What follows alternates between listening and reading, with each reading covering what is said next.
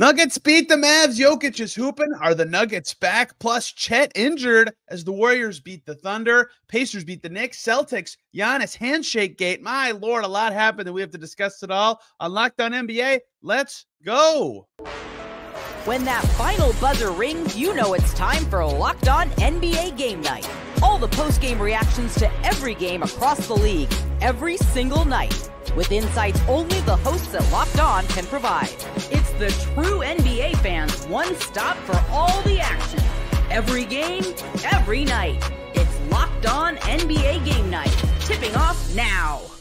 What a Sunday in the NBA, NFL move over. Boy, oh boy, do we have a lot to get to. Lots of conference finalists, some juicy rematches, some no fun injuries, and all in all, some great games. Thanks for checking in on Locked On NBA Game Night, making us your first listen every single day. We've got a show covering your favorite team here on the Locked On NBA channel for you to check out as well. We're going to hit the highs today. Nuggets Mavs was great. Celtics Bucks was great. Pacers Knicks and Warriors Thunder were good, but marred by other things. But we must lead with the Golden Game, and Swipa was there to talk about it all. I'm Tony East. I host Locked On Pacers. He Swipa Cam over with Locked On Nuggets. Nuggets Mavs, a banger. What should have been the conference finals last year. It was taken away from us. Before I let you take it away, let's hear from Nick Angstad of Locked On Mavs. Late game execution and poor shooting cook the Dallas Mavericks again. Luka Doncic was a game-time decision for this one, ends up playing with the left groin strain, but Kyrie Irving carried them in this one, was his best so far this season. 43 points, was absolutely cooking on all levels. He was very good in this game, but it came down for the Dallas Mavericks on a couple of late, crazy plays. The Mavs were up by one. The Mavs had to challenge a foul call on Luka against Jamal Murray, and everybody on both broadcasts thought that this wasn't a foul, but they reviewed it. It was an unsuccessful challenge for the Mavericks, and Jamal Murray goes to the free throw line and only hits one of the 3 free throws. Ball don't lie, a little bit. Couple of other late mistakes. Jokic scores over Gafford. Gafford had 5 fouls. He couldn't really go at it too hard against him. And then Luka, with a minute left, just runs the clock down instead of trying to go for an actual play and just takes a really deep 3. Bad play there. And then Kyrie gets a 3 blocked with 30 seconds left. Late game execution again. Swipa, what happened here? How did Jokic kill those guys? Well, number one, the Mavs, they played really well. I'm not going to lie to you. Kyrie Irving, it got so bad, Tony, that every single time Kyrie touched the ball, you could almost hear Ball Arena just go completely silent and just anyone else but Kyrie. He hit 6 straight threes, Tony, and they were bangers. I'm talking pull-up threes, single coverage, 6 inches of distance. It didn't matter. So Jokic just had to get pulled out of him today. You know what? It was funny. In the first half, he played really well. I mean, he was at like 14, 7, and 5. But then by the time the third quarter, didn't even get midway through the third quarter, Jokic had another triple-double for the year. Jokic ended with 24, 13, and 13 through 3 quarters. And then literally, once it became money time, Joker went to another planet. 37 points for Joker, 18 and 15, 16, and 3 steals also in the clutch. Joker, man, I'm not gonna lie to you. I think this is just what happens when you get all-time great players. They get to be about 29 years old. Their athleticism there, but their IQ is high as it's ever been. It's like the crescendo of like perfect timing where you saw with like LeBron and Jordan and Kareem and Magic and Bird. And honestly, that's what it feels like. And every time he got single coverage, he burned the Mavs. Every time he got double coverage or they played any kind of shifty zone, he burned him, and it didn't matter. But Jamal Murray came clutch in the fourth quarter as well, some huge buckets. Luka Doncic, as Nick said, really had an opportunity to put them up even more, but he just made some really bad decisions. Luka has not been Luka Doncic that we know and love to start the year off. Daniil Gafford started 7 of 7, finishing everything over Jamal Murray and Porter and Peyton Watson. Just a really good game, man. The Mavericks, they fought hard, but the Denver Nuggets, everybody tried to write them off, and they just didn't write back. And now they're sitting at 7-3, hunting for the number 1 seed in the Western Conference. They look great. They've much improved from their early season already. And Jokic, I mean, 37, 18, and 15 sounds fake. Like, it doesn't sound like a real stat line. And it's like routine for him, right? I bet this is the first year he'll average a triple-double for a full season. And the rest of the starters, sans Murray, all shot 50% or better. That's going to make a lineup work, and he's a big part of that. Luka, a little inefficient tonight on the threes, 2 for 8 from deep, and the bench guards for the Mavs go 3 for 13 It's not going to cut it. Big win for the Nuggets, who are looking good again after a shaky-ish start. Other big game in the West. Unfortunate that injuries are a main topic. Once again, it's like this whole season, every night, someone else who's a stud. Warriors crush the Thunder. Man, oh man, though, is that not the lead? The lead from this game. Chet Holmgren trying to defend an Andrew Wiggins basket at the rim. Goes down hard, immediately holding the hip, out for the rest of the game. No update from head coach Mark Daigneault after the game. So normally I'd say, oh, Thunder depth, they'll be fine. Except their backup center, Jalen Williams, is out. Their other center they signed in free agency, Isaiah Hartenstein, he's out. I know the Thunder are great. They're deep. They can move the ball. They can defend on the perimeter like crazy. Their defense was the best in the league by a mile for a couple weeks, but they got beat up today, and they are really light at center now. And this was early in the game, by the way, this moment for Chet. This is tough for them, and we'll talk about the actual game in a second. Steph had a bananas third quarter, but this is tough for OKC, even though I feel like they have the depth to kind of withstand it. Yeah, I mean, Usman's going to be the one that fills into that spot, I think, in the meantime. But look, this is OKC had 5 of their starters played 70-plus games last year. That is how the NBA works. You have healthy years with young players who are bought into identity. You can win 57 games. You can make the second round of the playoff. They could have potentially made the conference finals last year, but already no Isaiah Hartenstein, Chet Holmgren, who I thought was playing at DPOY level. I think he's been the best defender in basketball to start this year, and he goes down on just a regular contest. But Andrew Wiggins, flying through the air, sends him to the ground, and then the game changes from there. And then the Golden State Warriors just go on a run, and especially in that third quarter. And Chet Holmgren, if he's not on the court, as good as the POA defenders are, it still changes the dynamic for how you guard OKC, but how OKC can guard you, and funneling all of your guards and wings to Chet to be one of the best rim protectors in the NBA. So obviously hope he gets well soon. But without Chet Holmgren, this is a drastically different team. Yeah, they're going to have to they have like amazing perimeter defenders, right? Like they're going to try to keep you out of the lane, but if there's one breakdown, it's going to be really tough for that backside to be as strong until they get any of their centers back. I know they signed somebody whose name I forget to a non-guaranteed deal before the season because of this. Like he's probably going to have to play now. But you said it, like their biggest guys left in terms, I'm not even talking height, like bulk, are Ousmane Dieng and J-Dub probably, like that. That's what they're going to have to rely on a lot of the time. That's a small team, and I still think that they can win some with the group they have, but it's going to be much, much harder. And Chet I agree with you, playing exceptionally well to start the season. Not making shots to start this game, but who cares? It was 5 minutes. Yeah. He had 4 boards, and they were winning his minutes. In fact, they played pretty well in this game besides the third quarter. This could have been a much different conversation. Warriors up as much as 30. That fell to 6 in the fourth. They got lucky that this avalanche came. So what would you try to do with that, Chet? Just survive? Do they need to sign someone? This is pretty dire what their center's situation is. I think that you should probably just kind of hold out. You just got to let it happen. I think you don't want to make any bad decisions. And also, too, like, OKC isn't just doing this for this year. Like, again, I don't want to say organizationally, it's not a big deal if you don't win the finals or make the finals this year. It is, but it's not.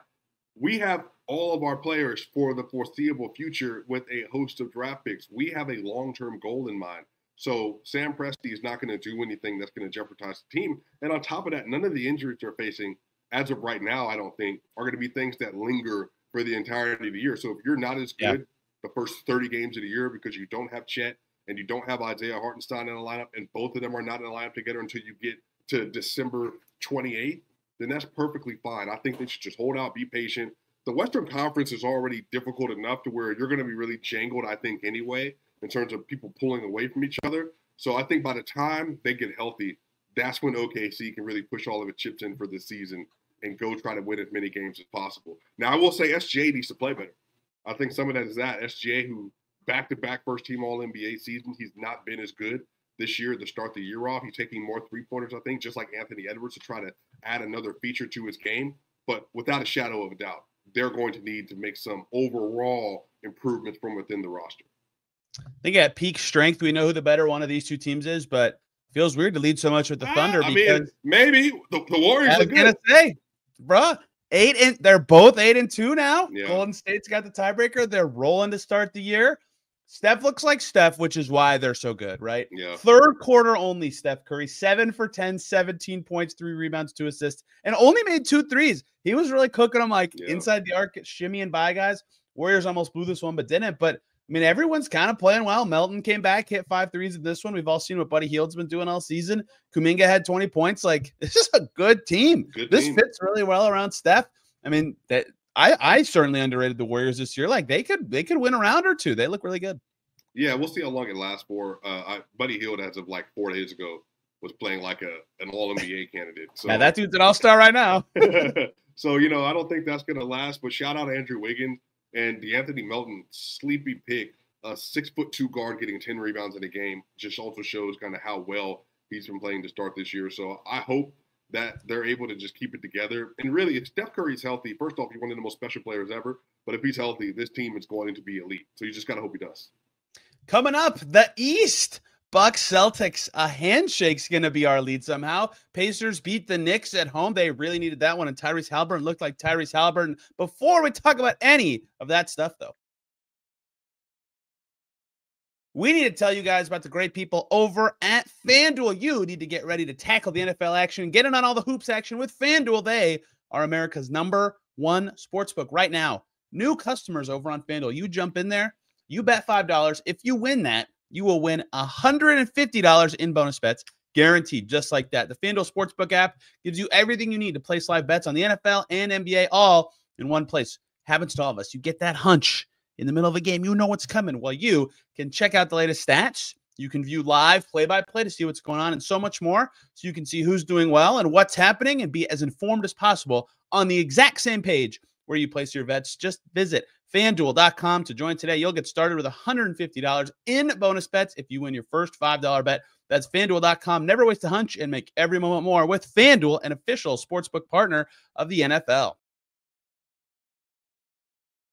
Back here on Locked On NBA Game Night. Thanks, everybody, for tuning in on this lovely Monday. What a night in the NBA. Love when there's lots of games. Love when a lot of them feature high-profile teams. Bucks Celtics is supposed to be 2 good teams. One of those teams has maybe the Sixers won. So back to having the worst record in the NBA, the Milwaukee Bucks. We got both of the hosts of Locked On Celtics and Locked On Bucks. Let's first hear from the winner of this game, John Corrales from Locked On Celtics. For the second straight game, the Boston Celtics started a game down 16-2.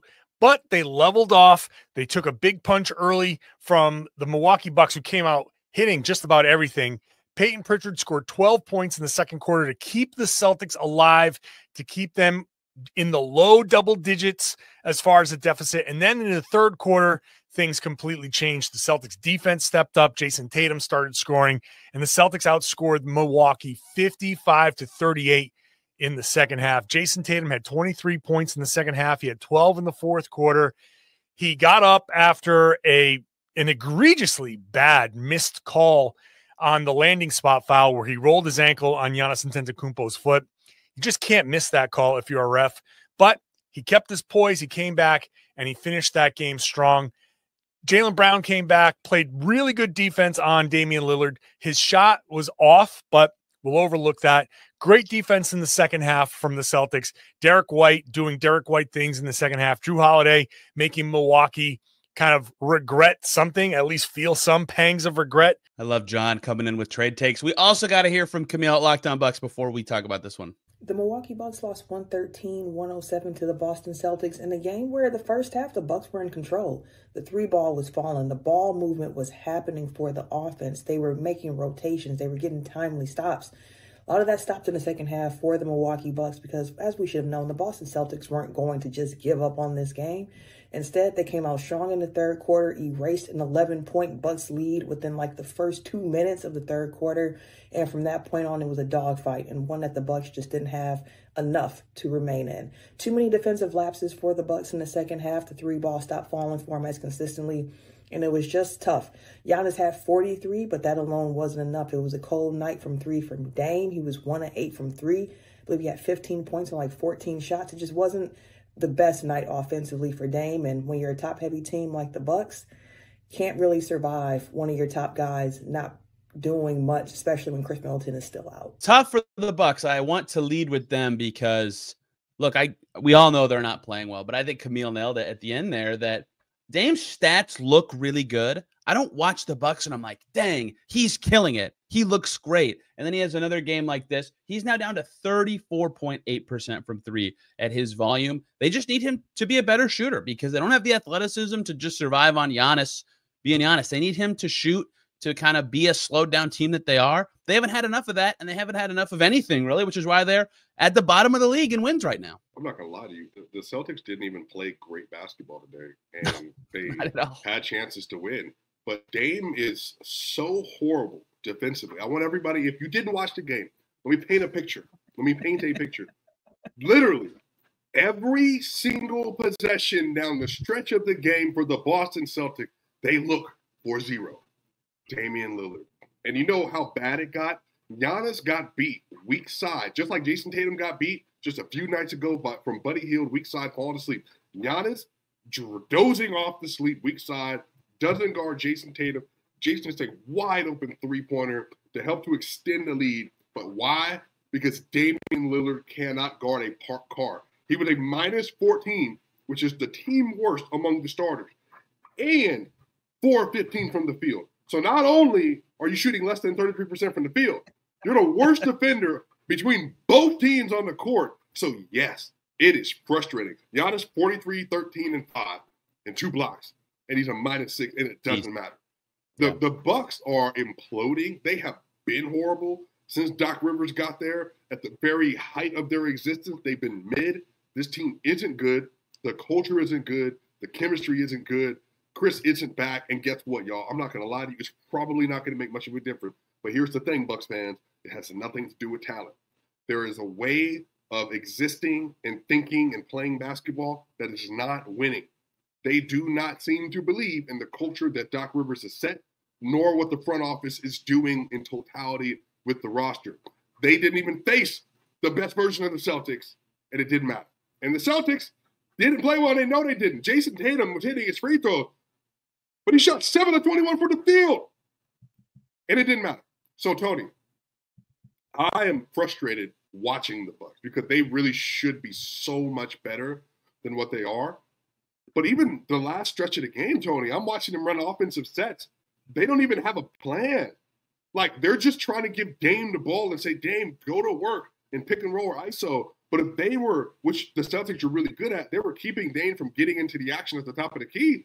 And they were just like, all right, well, what do we do now?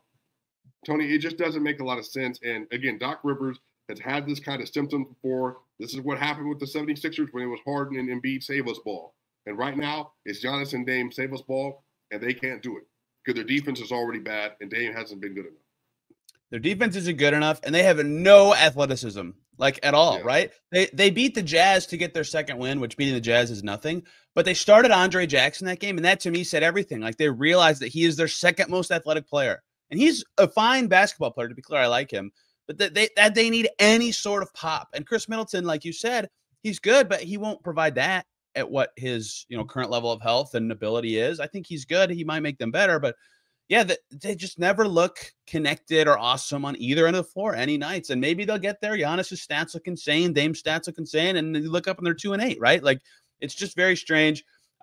Quick hitters on the Celtics, like John said, Jaylen Brown back. Would you even know if the Celtics were missing a star player? They're just that good. They just keep. Well, you could definitely feel KP not being there for sure. Yes, you can. Yes, you can. And they're still getting up 1 million threes. They took 50 again. 19 for 50. That is so hard to overcome. Even if you make 13 like the Bucks did, you're 6 behind. Payton Pritchard continues to just completely own the Bucks for some reason, and that whole backcourt for Boston's great. I was at Pacers-Knicks, a semifinals of the Eastern Conference rematch from last year. I don't know how much of this one you caught, but the key thing here, 73 combined points for Benedict Mathurin and Tyrese Haliburton, career high for Mathurin. And Haliburton, who's been slumping to start this season and keeps saying he's going to get through it. He's going to get through it. 35 and 14. There he is. There he is. Getting to the rim, hitting a one-legged runner three. Are you kidding? It was crazy. He took another one later, didn't go in. Brunson was great and Cat was great. They combined for 63, but they couldn't stop the Pacers. Pacers now in their last 6 games have beaten Dallas, New York, Boston, and Orlando. Looking much better after their start, even though they have some crummy losses in between. Seeing Haliburton do well, though, is the takeaway for them. They needed it. I don't know how much of this one you caught, but huge for the Pacers to get that one after they had a really rough night on Friday. Look, I said this already. Obviously, Isaiah Jackson's out. The Pacers, what makes them special is the amount of athletes they have on the roster. They are a sneaky team. If you don't, and again, a lot of people, they're Indiana, blah, blah, blah. They don't play defense. Pascal Siakam, Benny, Nesmith, Miles Turner, they just got a bunch of guys. Andrew Nembhard, just a bunch of guys that can do a lot of different things. And Tyrese Haliburton, if he gets back to the 2023-24 start, we're cooking. Yeah. And that's what he did today. He was there. The thing I want to say on the Knicks side of this, because their stars played really good. Like, that should be something they're happy about. They're 4-5 right now. The Tom Thibodeau-led New York Knicks are 21st in defense. And here's how a lot of this fourth quarter was them trying to figure out how they can have Cat and Brunson on the floor, which they should. They're good players, and figure out who they should guard. And the Pacers were like, oh, okay, they're struggling with this. We'll just put Siakam in a little earlier for Jarris Walker, and they can't hide them both. And so whoever the crummy defender was on would initiate or set a screen, and boom, all of a sudden the Pacers can get a good shot on like every trip. I think the Knicks are good. They smoked the Pacers in October, but they've got to figure out either how to protect Cat defensively or how to just change what they're doing on that end of the floor, because they can score. We know it. Their stars are awesome. They're second in offense. They can't guard for crap, and they're 4-5 for a reason. Yeah. Look, the Knicks are going to figure it out as time goes on. They need – even I underestimated how much they're going to need Mitchell Robinson back. Yeah, and that'll help a lot. Towns has been horrific defensively. And again, I want to give him credit. He's shown stretches where he can be a competent defender, but he's been horrible. Rim protection's been terrible. The movement's been terrible. And to your point, Jalen Brunson, as great as he is a horrible defender as a guard. Now, he'll try. He'll give effort. But you got 33 and 10 on 11 of 17 and a loss from Jalen Brunson. And then, Carl, you get 30 and 9. And he shot well today. 6 of 8 from the free throw line, 2 of 5 from 3. But it doesn't matter because, again, if you can't stand in front of anybody, and if you can't even buy into a concept defensively together because you're just not on the same page, I think the Knicks will figure it out as the season goes on. But tonight was yet another example that if they're pushed and you push the right buttons as an offense, you can literally have access to whatever you want. And I'm betting that I can beat you down the court more times than you can beat me. And that's what the Pacers did. They dominated in the areas that needed to dominate. I'll make a prediction. I bet Mitchell Robinson and Cat start together by the end of the year. I agree. Yeah, because that's just very Tibbsy, and they need something like that to figure that out on defense. A couple more close games featuring some teams that were very exciting that we got to get to close out today's show. Wowee! Rockets hold on, and what a win for the Jimmy Butlerless Heat over Minnesota in Minnesota. Wow.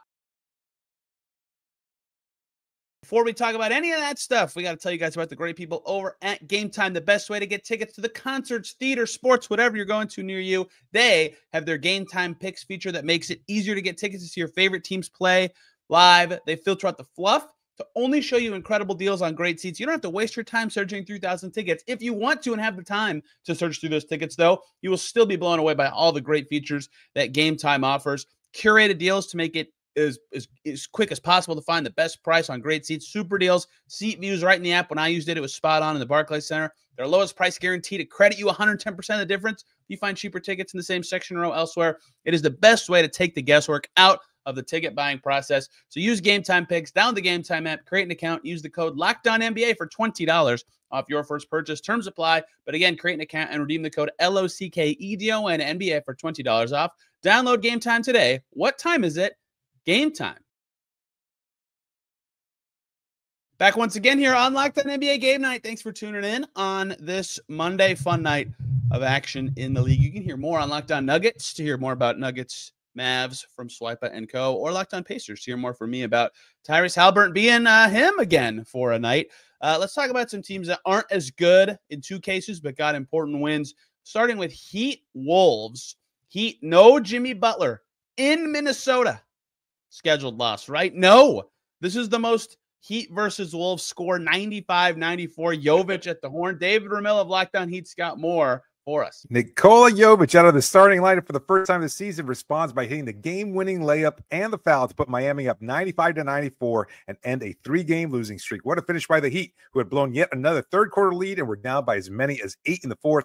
The game was all tied up at 92 when Minnesota's Jaden McDaniels hits the layup and Miami was called for a foul before Heat head coach Eric Spoelstra challenged the call after replay showed McDaniels was actually shoved by his teammate Julius Randle. The challenge was successful, and on the ensuing play, Minnesota's defense was fooled into thinking the final shot would go to Tyler Hero, who led Miami with 26 points, but instead a screen by Terry Rozier lets Jokic slip to the basket easily. Big play for Jokic and a good win for Miami, who was without Jimmy Butler due to injury. On the plus side, Miami's zone defense confounded the Wolves all night, holding them to just 39% shooting, and a special shout out to Haywood Highsmith, who helped keep superstar Anthony Edwards to just 22 points on 8 of 24 shooting. Unfortunately, Bam Adebayo continues to struggle, shooting just 3 of 11 for 9 total points. But hey, a win's a win, and Miami will take them however they can get them at this point. For more on tonight's game, make sure to check out tonight's recap over on Locked On Heat. Swipa, I have to lead with this. It wasn't the game-winning shot. It maybe wasn't the story of the game because of injuries or some struggles on Minnesota's side. Tyler Hero's been balling this year, and that is huge for the Heat, even though they have a losing record. They need anyone else to be able to contribute in that way. Look, I don't know what you trap game. This is the Heat. This is Spo. What do you mean trap game? We're down 6 people. Okay, well, we're going to play the most intense 48 minutes of basketball you've ever seen, and that's exactly what they do. Bam Adebayo, who hasn't been able to hit a shot to start this year off, defense is incredible, man. Like, he doesn't get enough credit for how versatile he is and what he does on a possession-by-possession basis. But Jokic, I don't know what the Minnesota Timberwolves were doing that last possession, getting Jokic a free run to the basket. And Nikhil's a great defender, and so don't. This is no Nikhil slander. But again, it's just a little small act of awareness that he just didn't have. Not only let him lay it up, but you foul him on the layup attempt as well. Jokic goes to the bench, gives you a really solid 15 points today. And again, I think that Anthony Edwards' three-point thing is going to fall off a cliff at some point. Not all the way. I want to give him credit for what he's doing, but 4-14 sounds about right. And again, I just think for them, and Rudy Gobert, by the way, should have been on the court. I'm not sure why. Like, Rudy continues to be the one that is taken out of the lineup, when you need stops. It's like, well, he's your best defender. He's the best regular season defender in the league, probably, if not the best pure defender in the league in any setting. But overall, Minnesota's been playing with their food a little bit this year. They have a couple games they could have lost, but tonight the Heat came out with the purpose. They almost beat Denver the other night. So I don't know why people thought they were going to come into the Wolves territory and then not put up a fight. It's both excellent. They played an excellent game plan.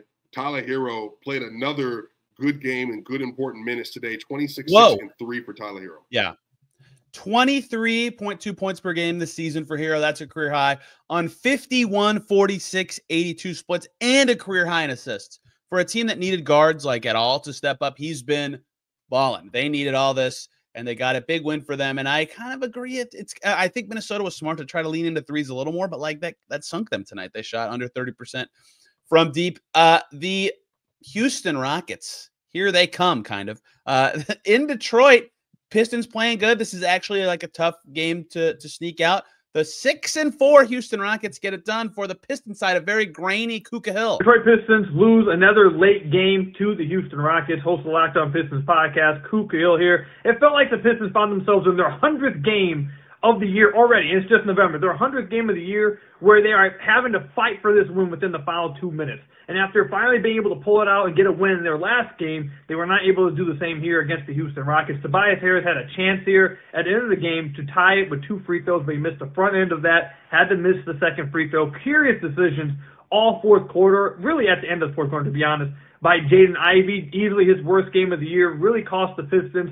The wings of the Houston Rockets really caused the Pistons some issues, and they were not able to close this game out against the Houston Rockets. They're going to get another chance in a few days here, but the Detroit Pistons, they got to find a way to keep the opposing team off the offensive glass at the end of these games, and they cannot go away from Cade orchestrating the offense at the end of the game like they did today. I was really high on the Rockets heading into this year for just no reason. I like a lot of their young players.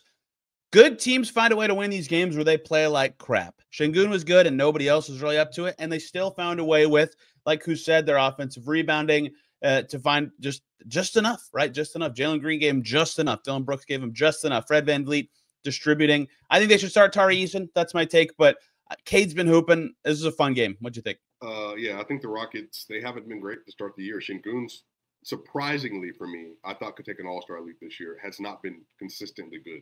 He played a really good game today, important minutes. Dylan Brooks, important defensive minutes. Again, I want to give a shout-out to Cade Cunningham. Cade Cunningham, people said, didn't deserve that 224 that he got, 26, 8, and 9. Yes, he did. He's a beast. Yeah, he's figuring out his game, and I think he's going to be a really good player as time goes on. But really, just as important that the Rockets get this win. They have a lot of young players, and they're just trying to build a win culture, and sometimes that just takes a little bit of time. I know people that were also high on them. I still think they're going to struggle over the course of the year just because that's just what young teams do. But again, you're just glad they got a chance to get away with a win versus a team that they're just better than. Yeah, they have so many young guys and that are talented, but youth is just you're inconsistent, right? So they're going to have nights like this where it's not clicking for everybody. But Şengün's so reliable, right? I know that his defense he doesn't switch very much. Like it's hard to trust him on a team that loves to switch and has a lot of like-sized guys, but he's just so steady and reliable on offense. Good win for the Rockets, who I continue to think I'm going to say I don't know who's going to be out. I think they're going to make the play-in. I don't know if they'll make the playoffs, but I think they're going to make the play-in. I'm going to close this one out with an important win that no one thinks is an important win. The Magic beat the Wizards. That sounds stupid to you all, but I promise any win without Paolo Banchero is huge for the Magic in a crowded East. Philip Rossman-Reich was there. He's got more. This is Philip Rossman-Reich, the host of Locked On Magic, as the Orlando Magic defeat the Washington Wizards 121-94 in a game that is very much a get-right game. It's been a get-right weekend for the Magic after their 5-game losing streak. But while the Magic shot better or competently in this game, this team is still not about its three-point shooting. And the difference in the margins and how they're going to play is going to be on winning those points in the margin, your second chance points, your points in the paint, your points off turnovers, your fast break points. And against a really good fast breaking team in the Wizards, Orlando outscores them 10-7 in fast break points. In points in the paint, they tie at 44 apiece, so three-point shooting helps there. They outscore the Wizards 22-9 on second chance points. And the reality is, without Paolo Banchero, the Magic need these points. They need these points on the margins in order to beat teams, even teams like the Wizards. In fact, that's how they blew them open. They were dominant in that third quarter, getting turnovers, getting out in transition, getting buckets, and that's what they need. Jalen Suggs and Kentavious Caldwell-Pope were 4 for 16 combined. Paolo was out, Wendell Carter was out, and they won this game by 27 points. After their 5-game skid, I thought, man, this stinks. The Magic are fun and ascending. I hate that Paolo's out. They need every win they can get to kick some butt behind a good bench and a good Franz Wagner game. Is I think, very important for them, even though a very unimportant game in the general grand scheme of the NBA tonight. No, yeah, they need to stack wins. They're trying to find an identity, not just without Paolo, but again, with KCP. KCP is a different kind of player. And when you're slotting in a player that's a 3-and-D, non-primary creator, not a secondary creator either, they also have roles they're supposed to slot into. And even KCP's really struggled to integrate himself. I think he will figure it out.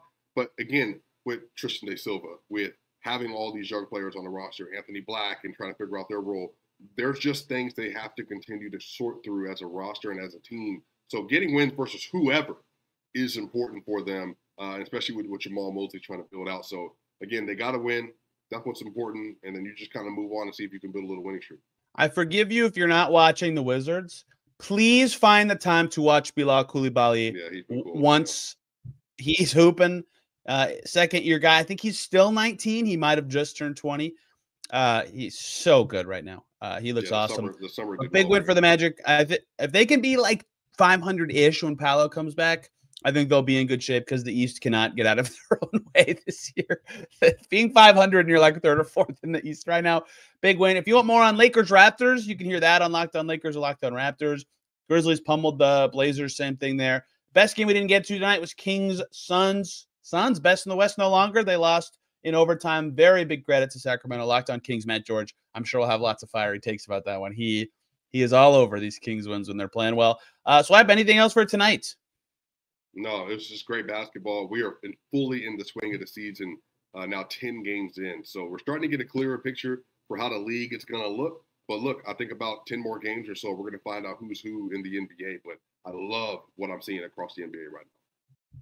Check out more on our Locked On NBA midday show coming out later today. We'll have game night for you every single night during the season. Again, for more from us, Locked On Nuggets and Locked On Pacers. Thanks for listening, everybody. See you very soon.